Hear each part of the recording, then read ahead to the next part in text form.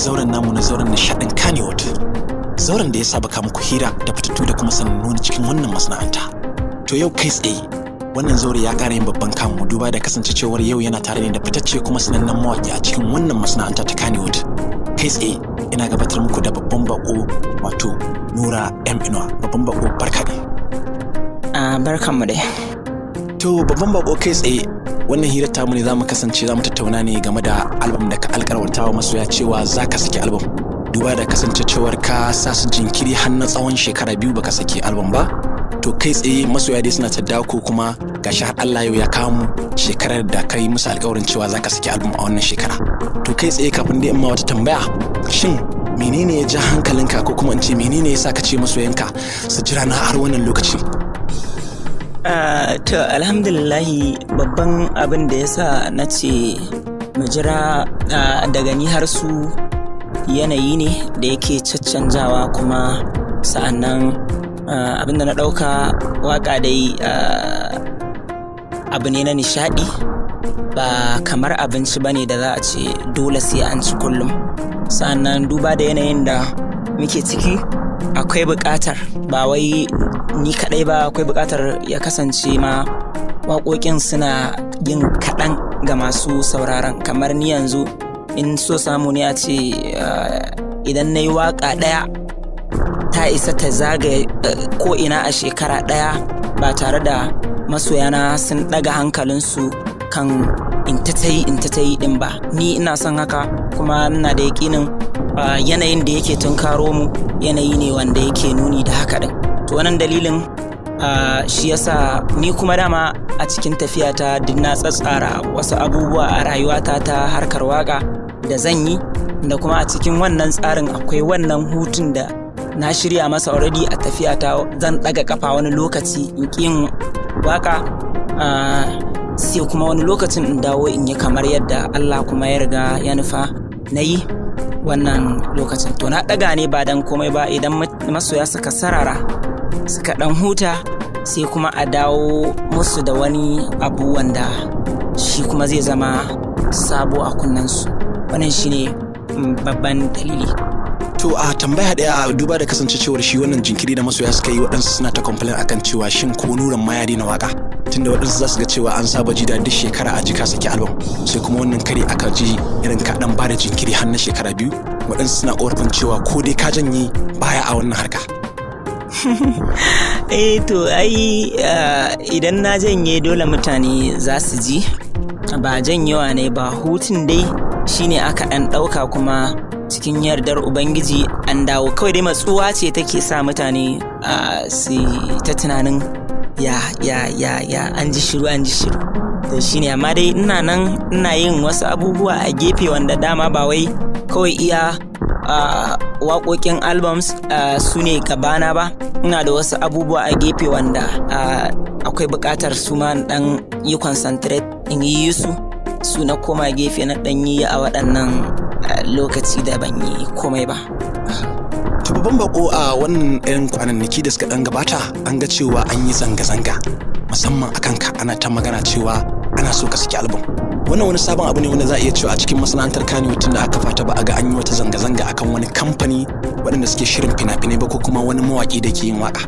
To kai tsaye sai a wannan lokaci sai aka ga cewa masoya sun yi gangami sun zo akan cewa suna buƙatar ka saki album. Shin wannan abu kai akan ka daga an yi wannan abun wani irin kasancewa kai a wannan lokaci daga an yi wannan zanga-zanga akan ka akan baka saki album ba? Alhamdulillahi, hakika yanayin da na kasance guda biyu ne, farin ciki da fargaba.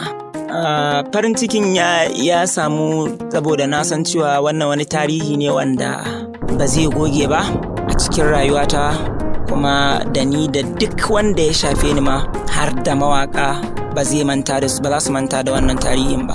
Sa'an nan fargabar kuma ita ce to ya zan yi da wannan zanga-zanga wadda da a ce ma daina waka na ce na yi, ba ni da wani dabarar da ta rage in dawo, ko da ba zan yi album ba sai na dawo na yi wani abu wanda zai shiga kunnen masoyana domin kwantar da hankalinsu. Sa'an nan hakan ya daɗa bani ƙwarin gwiwa kuma ta in ƙara zage dantse wanda shine kuma zai sauka har kan sauran mawaka wajen yin ƙoƙarin in ga na ci gaba da yin abin da nake yi na gamsar da masu sauraro wanda shi ya ja wannan abin.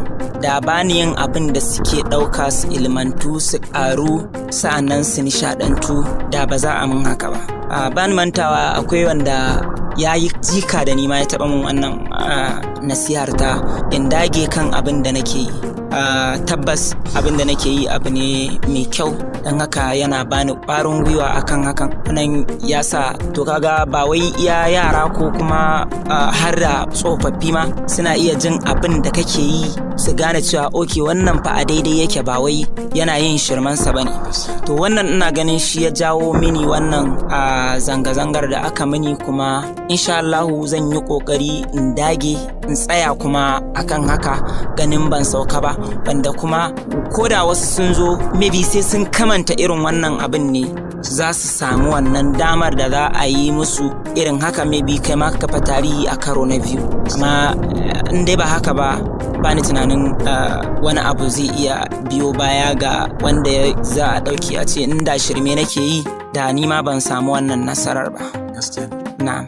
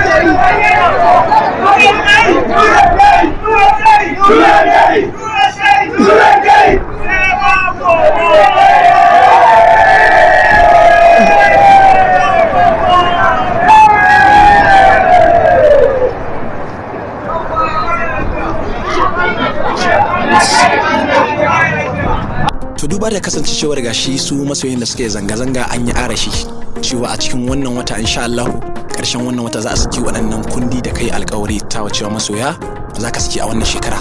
Shin to masoyan da suka zo a cikin waƙoƙin da kai ka saba waƙe masoya, duba da kasancewar ko da yaushe kana tare da masoya, shin wannan zanga-zangar da masoyan suka yi ta sa kayi wata waƙa game da abin da suka yi ko kuma baka yi ba? No, shirin yana cikin album ɗin dai wanda tun kafin a kai ga haka kusan kamar nufin Ubangiji ne yana iya tsarawa mutum, wanda dama a cikin waƙa ta wannan a sharuwan zuma na ce kun ga dai irin aiki na sake-sake idan na yi hasashe na faɗa ya zama gaske. To wannan ba hasashen ba ne, kawai na kaddara cewa na yarda da irin abin da masoyana suke mun, wanda dai ba zan faɗi komai ba akan abin, sai mutum in ya ji to yana cikin shiri na. Sai kuma wannan abin ya taso wanda ya bani mamaki, sai sannan su ma kuma za su yi mamaki, amma dai sai albums din sun fito gaba ɗaya. To duba da tsegumi da muke dan ji a gari tunda zaka ga tun kafin ka saki album din saboda ɗumbin masoya da kake da su a faɗin duniya gaba ɗaya, zaka ga cewa akwai waƙoƙinka waɗanda a yanzu haka masoya sun kama sunansu. Dan idan ban manta ba akwai wata waƙa wadda ka mata lakabi da suna garkami da kuma daren su za a yi komai. Shin waɗannan waƙoƙi duba da kasancewar dukkan wanda ya ji title ɗin su zai ce kai tabbas akwai waɗansu hikimomi da zantattuka da zaka zuba akan waccan waƙa ta garkami, menene yasa kai waƙa mai suna garkami? Ai ta waka tana da dalilai daban-daban.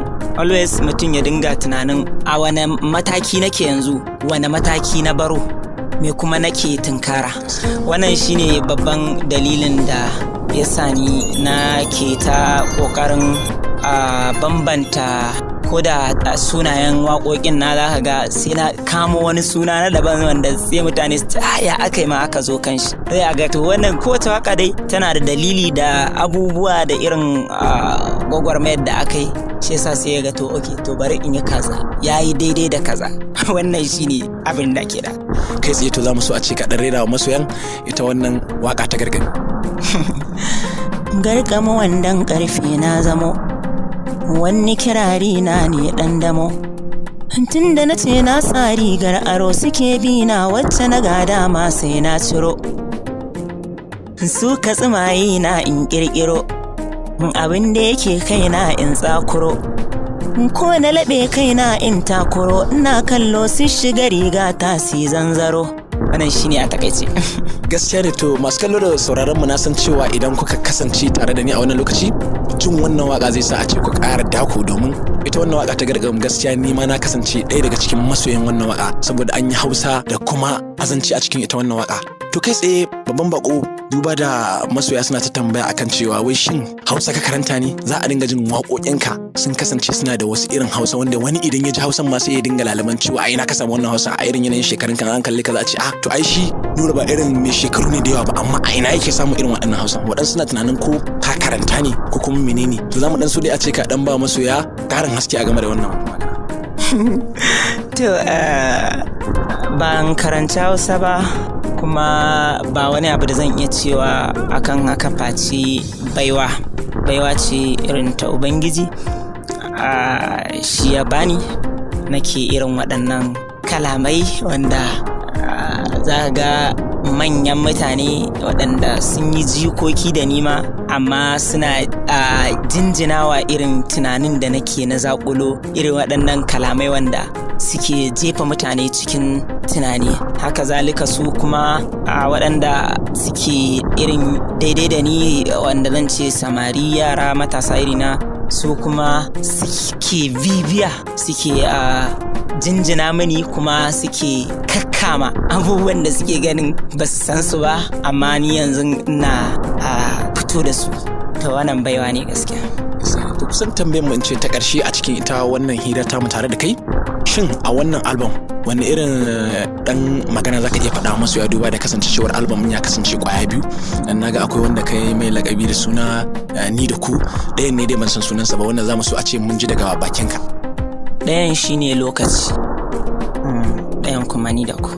So abin da zan ce ga masu sauraro shine ni dai fata na shine haƙurin da suka mana na wannan jinkiri da aka samu ya zama alkhairi a gare mu da su gaba ɗaya. Ina fatan Allah kuma ya ba mu sa'a yayin fitar da waɗannan albums, kuma kira ga masoya su ba mu gudunmawa wajen ƙarfafa mana gwiwa akan waɗannan albums. To a matsayinka na legend, magana ta ƙarshe, shin me za ka faɗa wa mawaƙa takwarorinka da kuma ƙannanka waɗanda suke fara wannan harka ta waƙa? Shin wani irin abu za ka ɗan faɗa musu da wanda idan su karɓi su ma za su iya kai ga nasara a wannan masana'anta ta Kannywood? To abin da zan iya faɗa musu su riƙe shine dogaro da Allah. Ba wata nasara da mutum zai yi matuƙar bai yadda Allah ne mai yi ba, kuma Allah ne zai iya masa a cikin duk abin da ya sa gaba. Wannan ita ce abbar shawarar da zan iya bayarwa ga takwarorina, su dage kuma su yi wajen ba da ƙoƙari kan sanin abin da za su dinga furtawa a cikin waƙoƙinsu. Nan ma zai daɗa ba su taimako wajen samun goyon bayan al'umma sosai da sosai. Gaskiya ne. To babban bako, muna godiya sosai da sosai duba da kasancewar da ka bamu lokacin ka muka tattauna da kai, kuma muna fata cewa masoya za ku kasance tare da mu, domin 'yan nan da 'yan kwanaki kalilan za ku samu sauraron waɗannan tattun album da ni da ku da kuma lokaci. Mun gode.